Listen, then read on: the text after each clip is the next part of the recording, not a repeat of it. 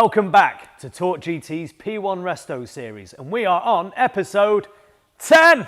It's going to be a busy episode because we're going to attempt to get all of this interior stuff back in the car. Crucially, we're going to attempt to do it in the right order. Wish us luck. You may remember the last episode, we had a bit of a problem with the heater matrix because the threads on this had stripped. Well, I've done my little bit of tiggery-pokery. We now have a proper thread on the end there, so I can put the airbox back together and we can get that in the car, which will allow us to get the dashboard in. So let's crack on.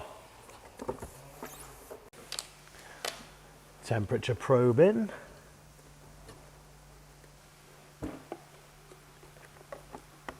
Ease this bit over.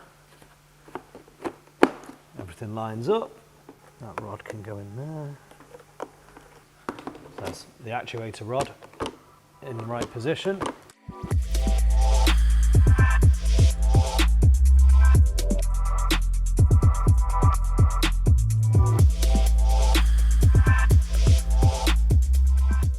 So with all the sound deadening in, the loom's in place, the aircon and heater boxes are in place, we're now going to get the main dash bar in. First of all, this receiver bracket.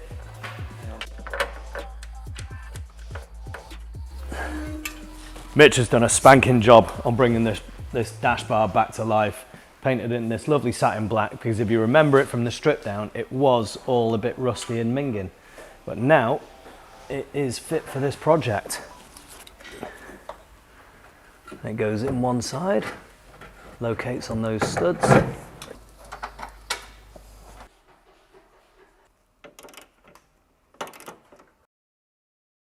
So with the loom in place and the dash bar in place, it means that we can actually fit the dashboard now. Wish us luck.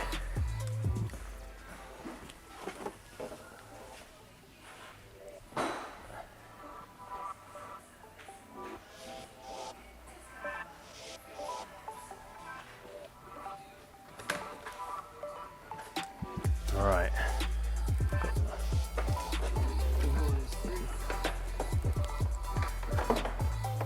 Guide that into there.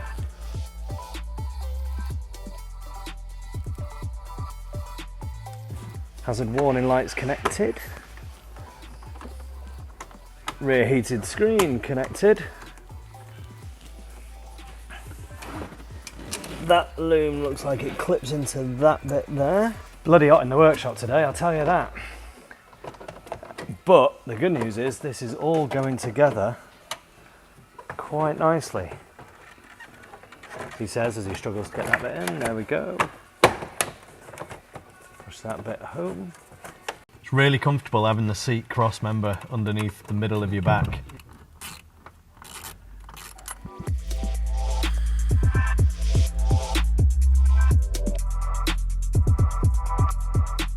The dashboard is in and I haven't broken my back getting all those bolts in. I might do it now trying to get the carpet in place though, but it'll at least be more comfortable when I'm lying down. Some fixings taped there.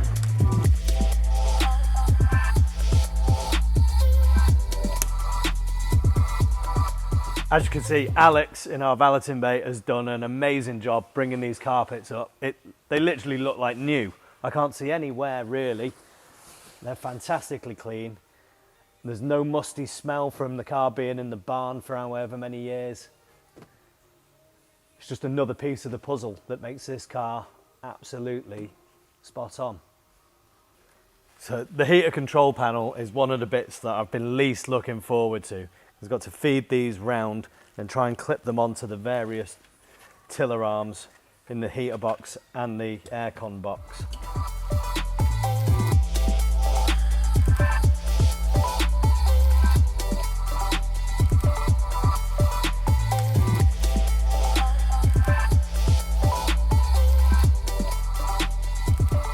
Dashboard's in, the centre console's in, Spencer's just finishing up on the steering column and manipulating the wires into the right place. So next, we're going to get the roof lining up. Once that's up, we can start doing all the trims on the inside, get the back end built up, and the interior is pretty much there. Spencer's just finishing that off. I'm laying out all the little parts to get the headlining back up, which is all the grab handles with all the bolts, so that everything, we can get it in, screw them all in, and then we can start building the rest of the sides up.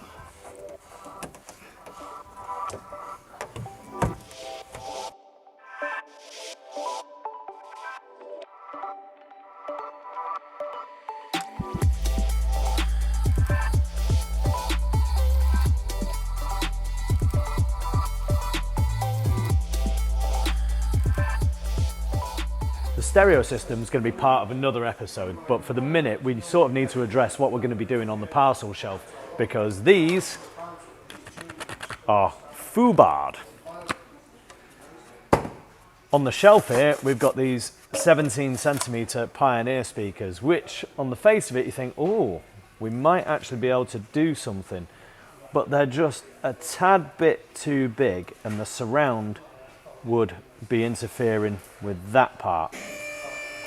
So I think we might have to go down to the next size. They're 6 3/4 inch. I think if we went to 6 inch or even 5.5 inch, we could cut these out and use this as a mounting point for the new speakers. However, the parcel shelf's quite flexible, which means that we can actually leave it out at the minute and get all the C-pillar trims in and then do the parcel shelf.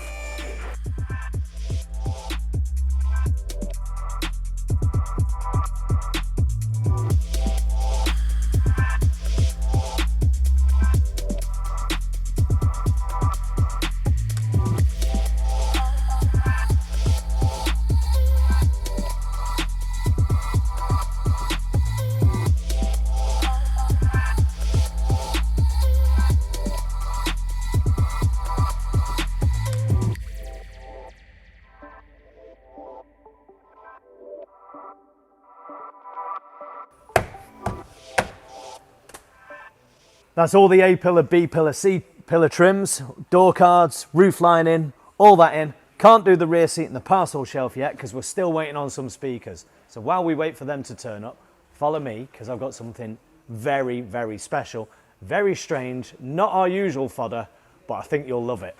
Come on, come on. I promised you quirky and weird and not our usual fodder, and I give you a J70 Land Cruiser Fire Truck. Look at it. It's awesome. Everything about it. I mean, why does a fire truck need decals like this on it?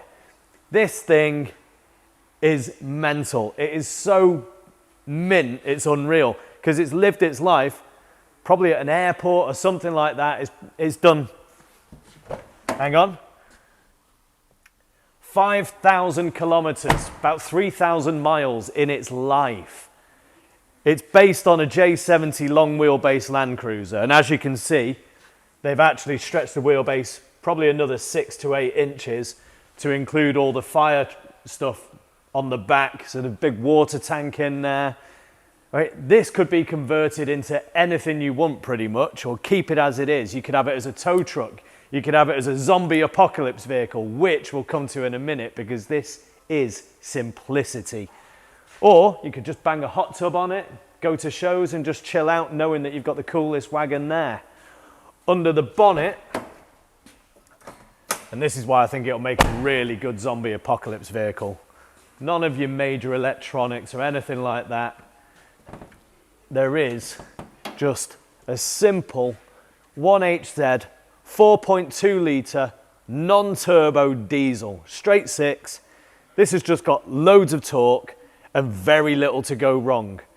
You'll find these vehicles in the middle of the desert and they'll just be able to fix them at the side of the roadside and off you go. And plus you've got this huge bumper for running down the zombies.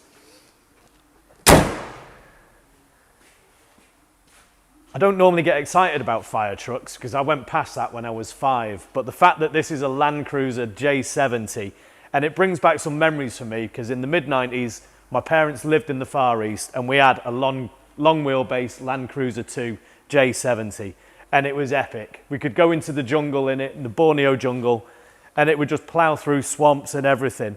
Locking diffs, this got the high-low ratio gearbox. I'm actually geeking out over this more than some of the Skylines in here. And that's strange because I don't do 4x4s or SUVs or anything, but this just has a purpose to it. Anyway, I'm going to sit inside it for a bit of nostalgia. I don't think many people have sat inside it because the rear seats look uncomfortable as hell, but they've never been sat in. Still got the plastic on. Epic vehicle, very quirky, and it's for sale. So if this is the sort of thing that floats your boat, or you think that you might even be able to make a business out of it by taking this off and converting it, hit us up at the usual contacts, wherever they may be on the screen. Thanks very much. Back to the Impreza. So the problem with getting the parcel shelf in is the speakers have seen better days. As you can see, the surround is completely rotted away, leaving the cone all cracked and knackered, and to be honest, they're not exactly the best quality anyway. The problem we have is this diameter here doesn't match any of the real off-the-shelf speaker sizes. So we've had to do a bit of trial and error. Now, we could have made this in steel again and just mounted whatever, but not many people have access to full-on fabrication equipment. Some people would make it in MDF, but then that makes it higher and that makes it difficult for the parcel shelf to go on. Some people would do the MDF, make a parcel shelf in MDF, but that would ruin the OE looks. What we're going to do is modify this to accept a speaker. Now, the problem we have is the diameter of a lot of the aftermarket speakers is too big to sit inside this area. But behold, JVC, Japanese Victor company, do this model. There you go. And the idea that we've got is I'm going to cut around here, take this out, drop the speaker in, mark it, drill it, fit the speaker. That way we should be able to mount these back into the car in the original mounting positions.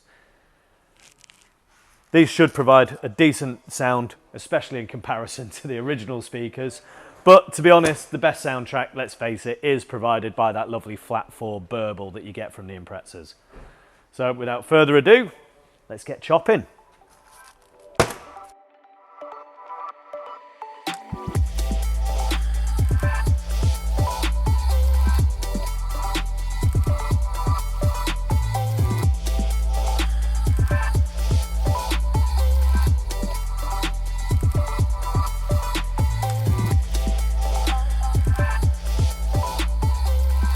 Final check. Easy as that. And in true Blue Peter style, here's one I prepared earlier.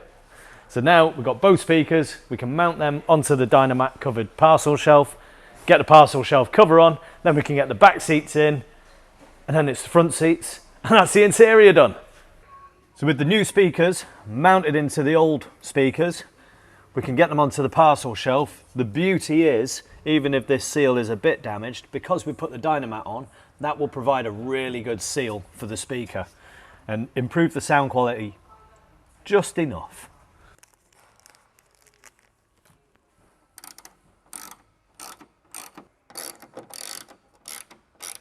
When we removed this bit of sound deadening, we realised that somebody had already been in there before, probably to put in the CD auto changer cables or something, and they just pulled this off.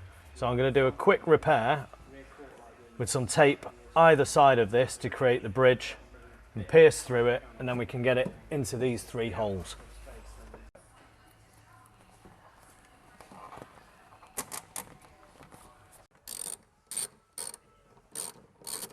Can you tell what it is yet? To be fair, they don't make parcel shelves like this anymore. They probably do, but Not in the cars that I drive. It's just really flimsy, isn't it? But lightweight equals more power, so they tell me.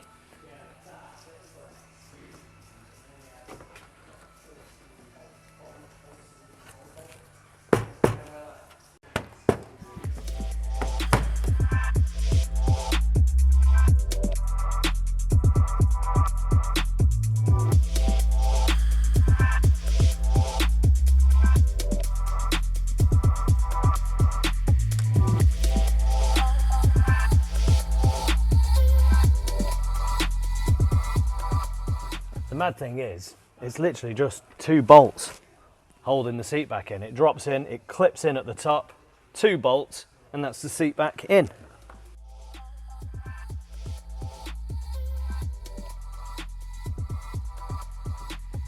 The eagle-eyed amongst you may have noticed this hole either side of the floor. Now before you write in, I'm only putting the seat base in temporarily because we've only got one ABS sensor at the minute.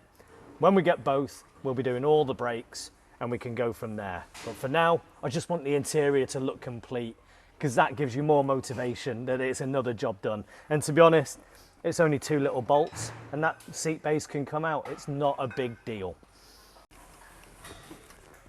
There's a little metal bracket just under there. Yep, he's caught. That there. There's no point in me actually putting those in at the minute, but to be honest, the back seat of an Impreza is not really where you want to be sat. It's the seat that goes in front, which is what I'm going to do now.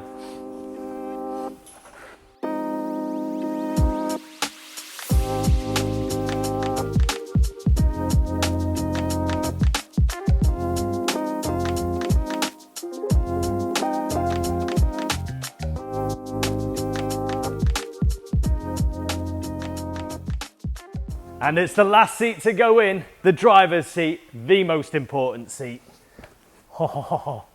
These are the most comfy OEM seats ever. They really are. I like them so much, I've got a set in my garage to go in a future project. Don't know what they're going in, but they fit me like a dream.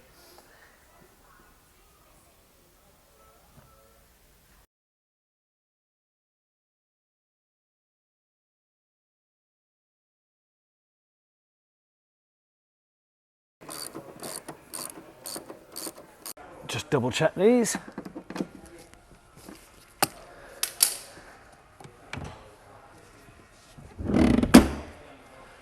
Go back to the fronts. Oh, all good, all good. Wow, I suppose I've just got to try it out now. I'm cleaning off. Oh, now there you go. Whoever buys this car, gets to drive it, they will have one of the comfiest seats ever made by any manufacturer to sit in. The only worrying thing is this gear knob's a little bit floppy, but we can get blue pills for that.